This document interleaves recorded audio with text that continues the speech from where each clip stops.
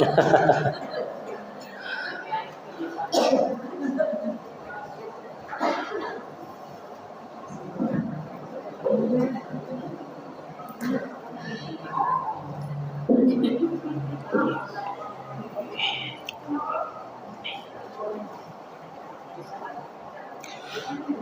bismillahirrahmanirrahim. Alhamdulillahirrabbilalamin. Wassalatu wassalamu ala rasulillah wa ala alihi wa ashabihi wa mawalah wa ba'd. Assalamualaikum warahmatullahi wabarakatuh. Innal hamdalillah nahmaduhu wa nasta'inuhu wa nastaghfiruhu wa nastahdihi wa na'udzu billahi min syururi anfusina wa min sayyiati a'malina may yahdihillahu fahuwal muhtad wa may yudlilhu fala hadiyalah. Asyhadu an la ilaha illallah wa asyhadu anna Muhammadan abduhu wa rasuluh. Allahumma salli wa sallim ala nabiyyina Muhammadin wa ala alihi wa ashabihi wa mawalah. Rabbi shrah li sadri wa yassir li amri wa hlul 'uqdatam min lisani yafqahu qawli. Allahumma fa'na bima 'allamtana wa 'allimna ma yanfa'una wa zidna ilman wa ba'd. Assalamualaikum warahmatullahi wabarakatuh.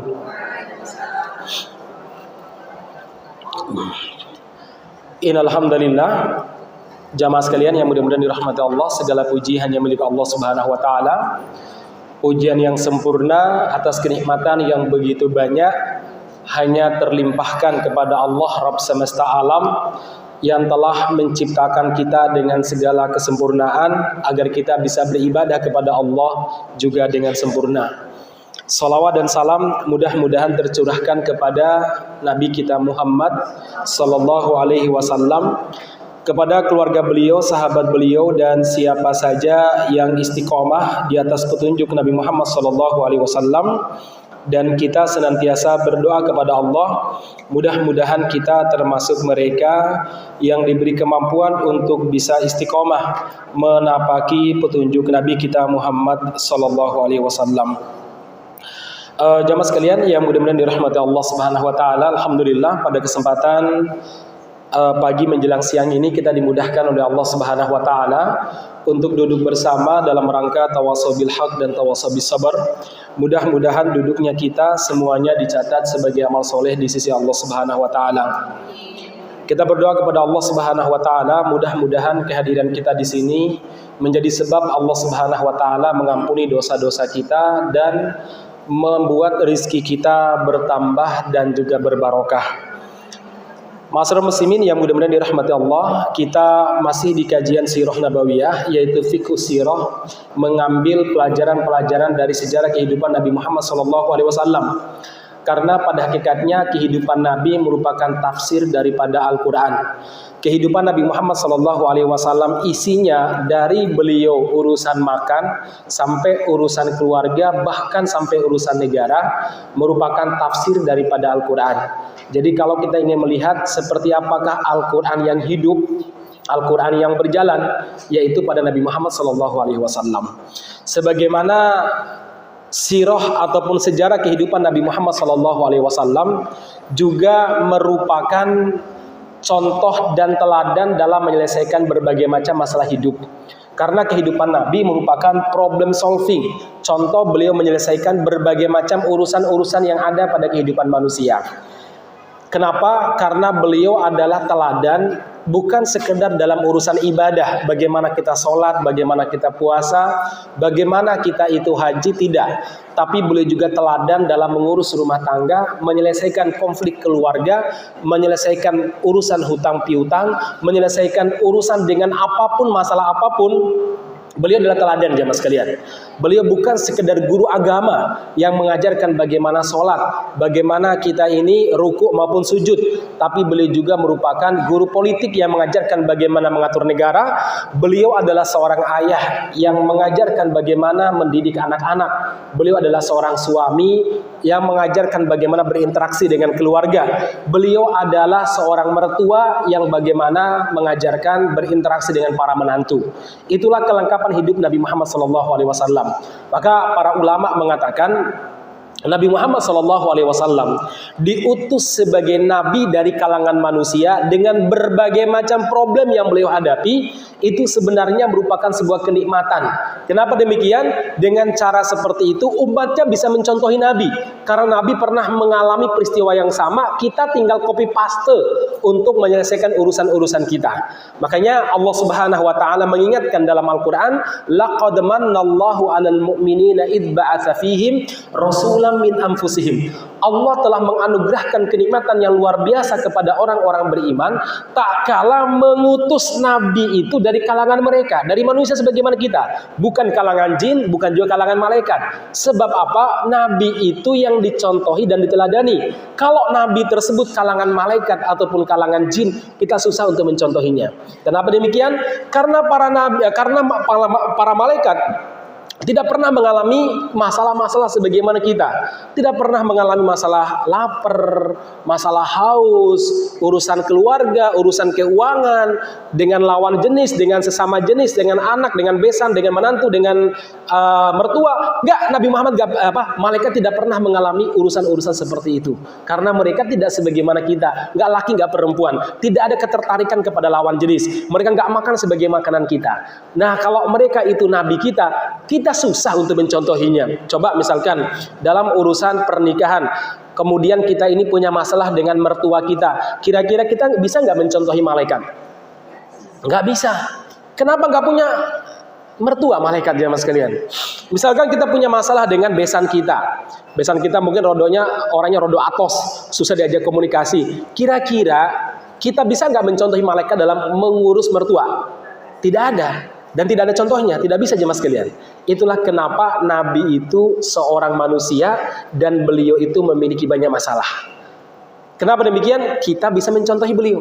Beliau punya masalah dengan menantunya, punya masalah dengan mertuanya, punya masalah dengan iparnya, dengan besannya, bahkan dengan istri-istri beliau, dengan putra-putri beliau. Beliau punya masalah jemaah sekalian. Dengan mertua, beliau pernah memiliki mertua yang sangat-sangat menggeramkan. Kenapa? Karena mertua beliau itu adalah musuh bebuyutan Islam sebelum beliau masuk Islam ya. Pada akhirnya mertuanya masuk Islam. Anda bayangkan pada perang Uhud 70 sahabat Nabi Muhammad gugur sebagai syuhada. Kemudian di antara yang gugur adalah paman beliau yaitu Hamzah bin Abdul Muthalib. Itu penyebab utamanya, maksudnya pemimpin daripada pasukan pembantai itu adalah mertua beliau, coba, Abu Sufyan. Ya. Kemudian pernah juga Nabi Muhammad SAW dikepung di kota Madinah selama berapa tahun? Selama kurang lebih sekitar selama kurang lebih 1 bulan. 1 bulan dikepung di Madinah, nggak bisa kemana-mana. Yang mengepung beliau bukan orang lain, tapi siapa? Mertua beliau, pemimpinnya Abu Sufyan. Maksud saya begini, ibu-ibu, kalau sesekali kita punya masalah dengan mertua, dibuat santai, jangan terlalu baper. Nabi lebih mengerikan daripada itu. Bahkan Nabi punya mertua yang menjadi musuh bebuyutan Nabi yang akhirnya terbunuh, namanya Huyai bin Akhtab. Huyai ini bapak daripada Sofiyah binti Huyai, istri beliau. Sementara Abu Sufyan merupakan bapak dari istri beliau Ummu Salamah, Ummu Habibah Romlah binti Abu Sufyan. Beliau juga punya masalah dengan besan. Besan beliau ini baik yang putra maupun yang putri diabadikan dalam Al-Quran sebagai orang yang sangat-sangat merugikan Islam. Mereka selalu berupaya untuk menghancurkan Islam, selalu menjelek-jelekan besannya yaitu Rasulullah SAW. Siapa? Abu Lahab dan istrinya Ummu Jamil wa mra'atuhu hammalatal hatab. Kemana Nabi pergi, mertuanya ikut, besannya ikut. Bukan membantu beliau mengangkatkan meja atau membawakan air minum, tapi malah bilang apa? Wahai manusia, ini Muhammad keponakanku juga besanku. Jangan kalian dengarkan apa yang dia omongkan. Belagu ya, membuat kalian bermasalah, bla bla. Tutup telinga kalian. Setiap waktu beliau berdakwah ditemani dengan besan yang seperti itu. Kira-kira kalau itu dihadapi oleh kita hari ini gimana, Bu? Bikin umur jenengan pendek ya. Ya. Tidur nggak bisa nyenyak, makan tidak bisa enak. Tidur di kasur yang empuk, di bawah AC yang sangat dingin, selimut yang tebal, nggak bisa dirasakan. Kenapa? Ada masalah dengan besan, ada masalah dengan mertua. Tapi Nabi mengajarkan bagaimana memanage konflik itu dengan baik. Beliau tetap bisa makan dengan enak, bisa tidur dengan nyenyak, ibadah khusyuk. Mungkin kalau kita menghadapi hal yang sama, yang khusyuk cuma satu, doanya tok mungkin. Karena pas lagi punya masalah doanya khusyuk biasanya ya. Sholatnya nggak khusyuk, makannya nggak enak, tidurnya nggak nyenyak. Beliau punya masalah dengan menantu beliau. Ya, ada masalah dengan Utaibah bin Abi Lahab. Pokoknya jemaah sekalian, salah satu keistimewaan Nabi adalah apa? Beliau berhasil memanage semua konflik yang terjadi pada beliau, sehingga kita tinggal mencontohi. Oh, Nabi itu kalau menghadapi mertua yang anti dengan ideologi dan keyakinan beliau seperti apa coba? Oh iya, beliau doakan. Beliau tetap berbuat baik kepada mertuanya. Ya kalau mereka melakukan sesuatu yang membahayakan, beliau lawan, tapi tetap beliau berbuat baik, yang pada akhirnya mertuanya kemudian masuk Islam. Artinya suatu waktu kita punya mertua, misalkan kalau alhamdulillah tidak ada ya, yang punya masalah dengan kita pakai jilbab diomelin, jilbab lebar diomelin, sekolah anak di pondok diomelin, kita pengajian juga diomelin. Santai aja Bu, mertua Nabi itu lebih ngeri daripada itu. Ya, udah dibuat santai, didoakan. Terus kalau seandainya ada yang seperti itu, mudah-mudahan Anda niatkan, ya Allah, ini mungkin bentuk taqarrub saya kepada Gusti Allah. Yaitu apa? Bersabar menghadapi mertua, bersabar menghadapi besan, bersabar menghadapi menantu. Itu ibadah bagi kita. Ibadah untuk bisa bertaqarrub kepada Allah. Tidak selamanya sujud, tidak selamanya ruku, tidak selamanya puasa dengan lapar-lapar. Ada ibadah yang gratis, tapi makan hati. Yaitu apa? Sabar menghadapi orang-orang di sekitar. Ada seorang kiai itu unik ya. Ya, semoga Allah memberi hidayah kepada beliau. Beliau cerita begini. Beliau ini jarang marah, bahkan mungkin hampir nggak pernah marah kepada istrinya selama nikah. Kemudian istrinya itu sempat ngomong begini, "Bah, mbok sekali-kali aku dibalas nih aku marah. Kok diam aja kalau aku marah?" Jawaban beliau apa? "Lah, aku itu melihat segala yang ada dari kamu sebagai bentuk ibadah. Ketika kamu senang sama saya bersyukur karena Allah memberi kemampuan kepadaku untuk menyenangkan istri. Itu pahala bagi aku. Ya, aku bisa belanjakan istri, aku bisa ngantar jemput istri. Kalau dia ke pasar, tak antar, saking senangnya sama saya. Nggak mau diantar sama supir misalkan ya. Lah terus kalau aku marah, ya sama. Kalau kamu marah, saya juga jadikan sebagai sebuah bentuk ibadah dan taqarrub saya kepada Gusti Allah." Oh ya, ini ibadah yang gratis. Kenapa? Soalnya istri kalau senang itu kudu ngeluarin duit. Ya, ibadahnya terlalu banyak pengeluarannya, harus shopping, ajak kuliner. Tapi kalau dia marah, itu ibadahnya gratis. Modalnya cuma satu, sabar, itu aja. Ya. Malah justru saya tuh senang kalau kamu marah. Kenapa? Karena saya bisa hemat. Ya. Sementara kalau kamu marah, kalau kamu senang sama saya boros. Ya saya senang juga sih ya. Tapi ibadahnya dengan boros ya. Kalau ini uangnya hemat, tapi hatinya harus sabar sama-sama. Loh kalau kamu marah, saya juga marah. Terus saya dapat apa? Ya. Jadi saya semua niatkan karena Allah Subhanahu Wa Taala. Enak ya. Seorang ulama kalau sudah seperti itu, memang dalam perenungan para ulama disebutkan, puncak tertinggi pencapaian seorang alim atau seorang muslim dari ibadah dan ilmu yang dia pelajari, termasuk ibu-ibu ikut pengajian ini, puncak tertinggi adalah ketika dia itu semuanya karena Allah Subhanahu Wa Taala. Jadi dia tidak akan dikendalikan oleh orang-orang sekitar, tidak akan marah, tidak akan kecewa dengan sikap orang-orang di sekitar, dan tidak terlalu euforia, kebahagiaan terlalu berlebihan dengan pujian orang-orang di sekitar, dan dia tidak didikte oleh orang-orang yang tidak suka sama dia. Itu puncak pendakian dan pencapaian seorang muslim dari ibadah dan pengajian selama ini. Jadi kalau ibu-ibu masih rodok sering kecewa, rodok mangkal, berarti ngajinya itu belum mendalam. Ya, pencapaian pengajian begitu mendalam. Lihat bagaimana ulama, contohnya Imam Syafi'i rahimahullah. Beliau itu pernah diminta untuk menjadi qadhi agung, tetapi beliau tidak mau jadi qadhi agung pada saat itu. Akhirnya diancam, kalau tidak kamu akan dipenjara. Kalau enggak mungkin kamu akan diusir.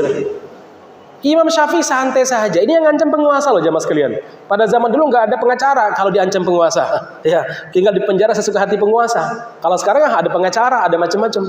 Apa jawaban Imam Syafi'i? Saya, kamu ancam.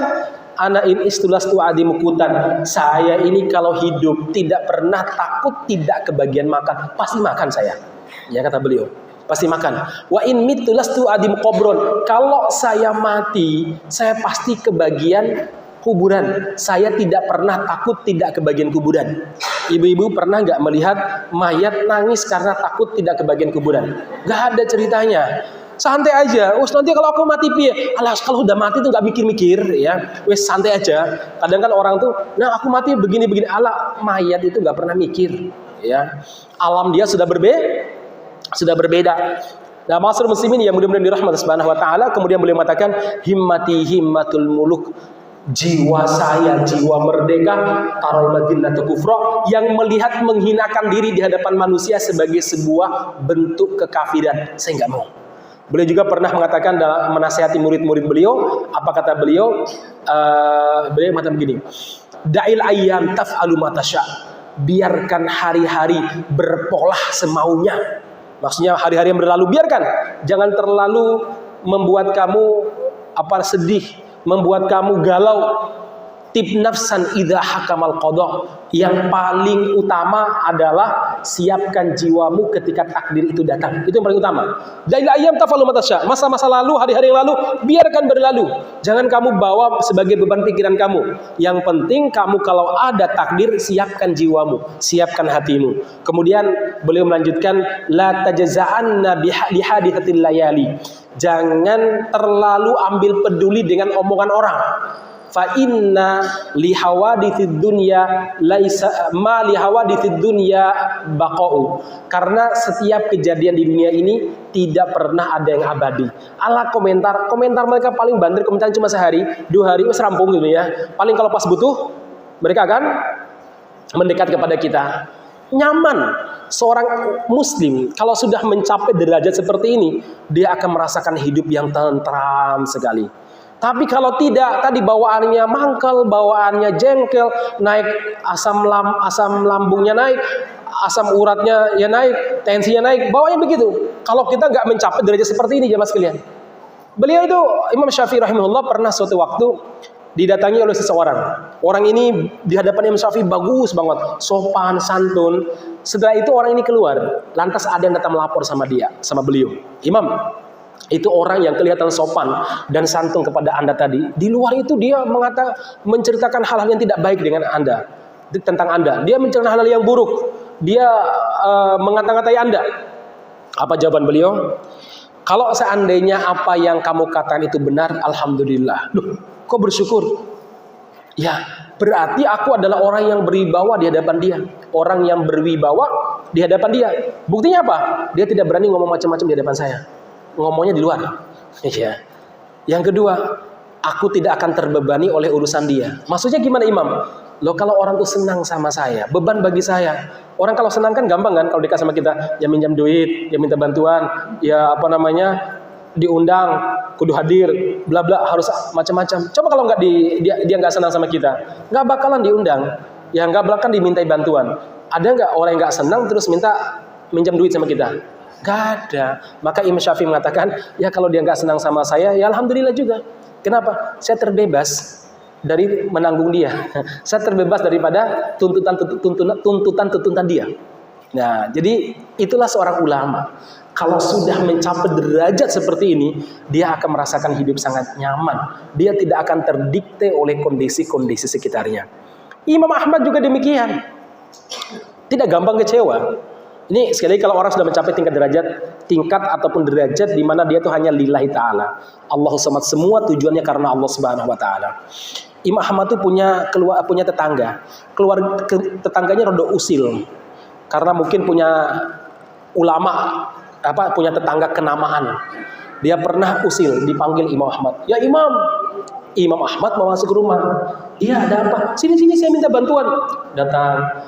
Beliau salam dengan ucapan renyah, Assalamualaikum, muka ceria, salaman, tanya kabar, bagaimana kabarnya mas, ada yang bisa saya bantu? Apa coba tetangganya? Ngapunten, mohon maaf, nggak jadi. Jenengan pulang aja, jadi nggak apa-apa. Senyum, assalamualaikum mas, aku pulang. Baru mau masuk lagi, Imam tahan, sini. Betul-betul saya butuh bantuan. Ini beneran ini. Imam Ahmad datang dengan kondisi sama dengan sebelumnya. Senyum, sapa, salaman, muka ceria, tanya kabar, apa bisa dibantu? Wah, pangapunten, nggak jadi. Jenengan pulang aja, Ji. Buat apa-apa ya. Assalamualaikum, pulang. Dipanggil lagi ketiga kalinya. Anda kalau dipanggil ketiga kalinya mungkin ibu-ibu bawa celurit atau bawa pentungan mungkin ya. Imam Ahmad datang, salaman, muka ceria, senyum, kemudian tanya kabar, butuh bantuan apa? Akhirnya tetangganya bilang, Imam, terus terang, saya tuh cuma ingin menguji jenengan kok nggak marah ya? Terus kok saya panggil ya kok manut dua dan ketiganya ya? Apa kata Imam Ahmad? Maaf mas, kamu menguji saya ibadah bagi saya. Dan saya datang kepadamu bukan karena kamu, tapi karena Allah dan Rasulnya. Jadi Allah Subhanahu Wa Taala lewat lisan Rasulnya memerintahkan pada kita, idan tansara ahadukum falyansurlah. Kalau ada saudaramu yang butuh bantuan, bantulah. Aku datang, dapat pahala.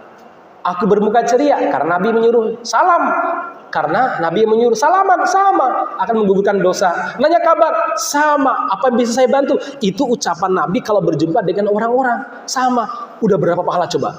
Kalau masing-masing pahala tersebut 10, berarti kalau udah 6 ya, 6 datang berapa? Tadi 6, 60 kali 5 berapa bu? 305? 300 ya. Udah dapat 300 pahala saya. Nah kamu dapat apa? Ya. Subhanallah, orang kalau sudah sampai pada tingkatan seperti itu tidak begitu gampang dikecewakan, tidak didikte oleh kondisi orang. Teorinya enak sih, tapi prakteknya susah ya. Imam Ibnu Taimiyah, Ahmad Ibnu Taimiyah juga sama aja mas kalian. Beliau itu pernah ya suatu waktu beliau ini dipenjara oleh musuh-musuh beliau pada saat itu. Diancam mau dibunuh juga. Tapi beliau santai aja, apa kata beliau? Ana jannati fi sodri, kata beliau. Aku itu surgaku di dadaku. Fahiya ma'i aina ma kuntu. Surgaku senantiasa bersamaku dimanapun aku berada. Sama aku surgaku. Kalau seandainya mereka taraduni, mengusir aku dari kampungku, healing. Itu tamasya bagiku. Ya. Wa in habasuni, kalau mereka memenjarakan aku, khalwah, aku bisa berduaan fokus ibadah kepada Allah. Kalau mereka membunuhku, mati syahid bagiku, dan itu yang ku cari, kata beliau. Coba, orang-orang kayak gitu mampu nggak? Ya dikecewakan sama orang, susah aja mas sekalian. Nah, masyarakat muslimin yang mudah-mudahan dirahmati Subhanahu Wa Taala, itulah indahnya kita sebagai seorang muslim. Karena kita itu kalau mencontohi Rasulullah, mencontohi para sahabat maupun mencontohi para ulama, puncak tertinggi adalah apa? Kita itu betul-betul ta'alluqul qalbi bi ghairillah, menggantungkan hati hanya kepada Allah Subhanahu wa taala. Dan kata para ulama, orang kalau sudah menggantungkan hatinya kepada Allah Subhanahu wa taala, maka dia tidak akan mampu dikecewakan dan tidak akan mampu didikte dan dikendalikan oleh apapun dan siapapun istilahnya. Penyebab orang itu gampang kecewa, dia itu gampang emosian, dia itu gampang ngambekan, sebabnya menggantungkan hatinya kepada selain Allah Subhanahu wa taala. Ta'alluqul qalbi bi ghairillah, menggantungkan hati kepada selain Allah Subhanahu wa taala. Baik masyarakat muslimin yang mudah-mudahan dirahmati Allah Subhanahu wa taala, sekarang kita masuk pada kajian kita terkait tentang perang Fathu Makkah. Bagaimana Rasulullah Shallallahu Alaihi Wasallam menaklukkan kota Makkah. Baik jemaah sekalian, kemarin kita sudah menceritakan sebagian daripada Fathu Makkah, penaklukan kota Makkah, di mana Rasulullah Shallallahu Alaihi Wasallam mengajarkan bagaimana berinteraksi dengan jin. Ya, dulu ada jin yang menghuni Uzza maupun Lata. Baik, di kesempatan kali ini jemaah sekalian, saya ingin cerita bahwa ketika Rasulullah Shallallahu Alaihi Wasallam masuk ke kota Makkah tanpa setetes darah pun yang tertumpah, Nabi Muhammad Shallallahu Alaihi Wasallam mengumpulkan semua orang-orang Makkah pada saat itu. Dikumpulkan laki, perempuan dikumpulkan. Kemudian ma'asyiral muslimin yang mudah-mudahan dirahmati Allah Subhanahu Wa Taala, sudah ketemu bukunya? Penaklukan kota Makkah. Oh. Coba cari di daftar. Saya punyanya yang Arab. penaklukan kota Makkah atau perang penaklukan kota Makkah. Yang bawa buku. Daftar isinya terjemahan depan, bukan belakang. Sudah. Coba sini-sini saya lihat contoh bun. Saya, ya matur suwun.